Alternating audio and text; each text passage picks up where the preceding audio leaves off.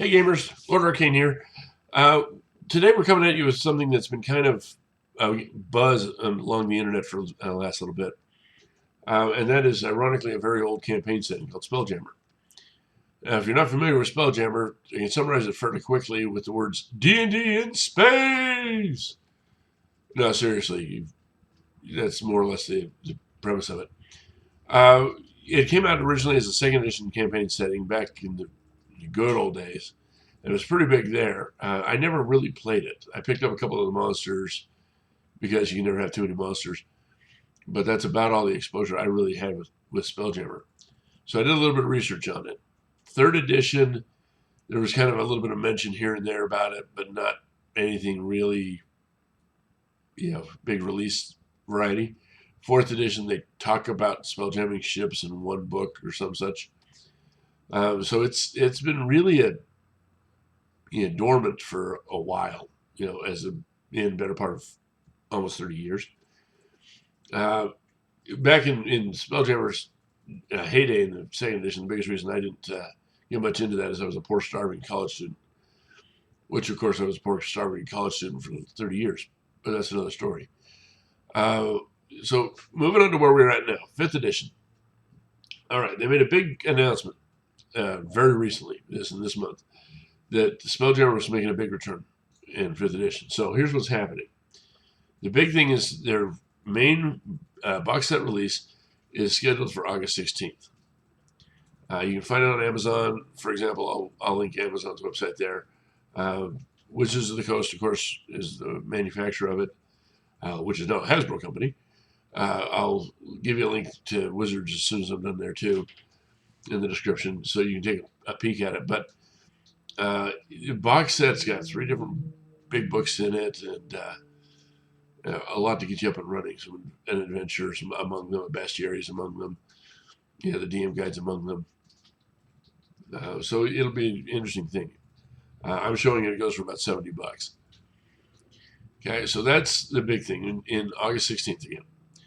Now, I've heard rumors, and I have not been able to independently verify these rumors, that there may be some preview materials coming out in July on D&D Beyond, etc., to kind of wet the whistle, for lack of a better word.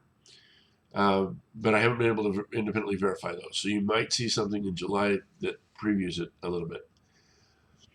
Now, I can't help but look at my calendar and say August 16th is very close to a major convention. And by major, I mean major convention in August called Gen Con. You may have heard of it. So if I were WotC, and I'm not, and if I were releasing something in August, which I'm not, okay, I probably will, but that's another story too. I would probably want to make sure that I had them in hand for the official, this is how cool it is, at the largest gaming convention on the planet. So if you're heading to Gen Con, I would swing by the Wizard booth and just see if they happen to have something that they want to talk about, or check the schedule, see if maybe they're running some Spelljammer games, official Spelljammer type games. That's, again, just pure conjecture, but if it were me, that's what I would do. So I would give that a peek-see. Now, we don't have a ton of information. I mean, they've got some alternate covers and things like that. You'll see them on the Wizards link. But this looks like it could be a lot of fun if Spelljammer's ever your thing, or if you kind of missed it. They only made one computer game tied to Spelljammer, really. And it was an old SSI box set sort of thing. Ancient stuff. If I'm not mistaken, though, Baldur's Gate 3, you basically start on a crashed spelljamming ship, a Nilithid spelljamming ship. Darn those mind flayers. So they've kind of skirted around the issue for a bit. But now it's making a big comeback. So I'm going to leave you guys with that. Kind of short and sweet. I'll try to. But I'd check it out. I'll give you the links in the descriptions.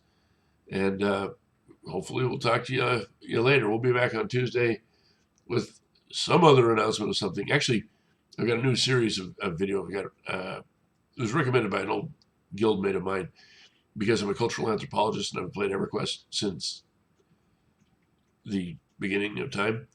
That I might want to go through and look at some of the the races and other cultures in EverQuest, they kind of tie them to real world things. So you probably will see on Tuesday the Shisar and the Egyptian references. That's my current plan, but we'll see what happens. Anyway, enjoy your weekend. I'll talk to you later. Bye.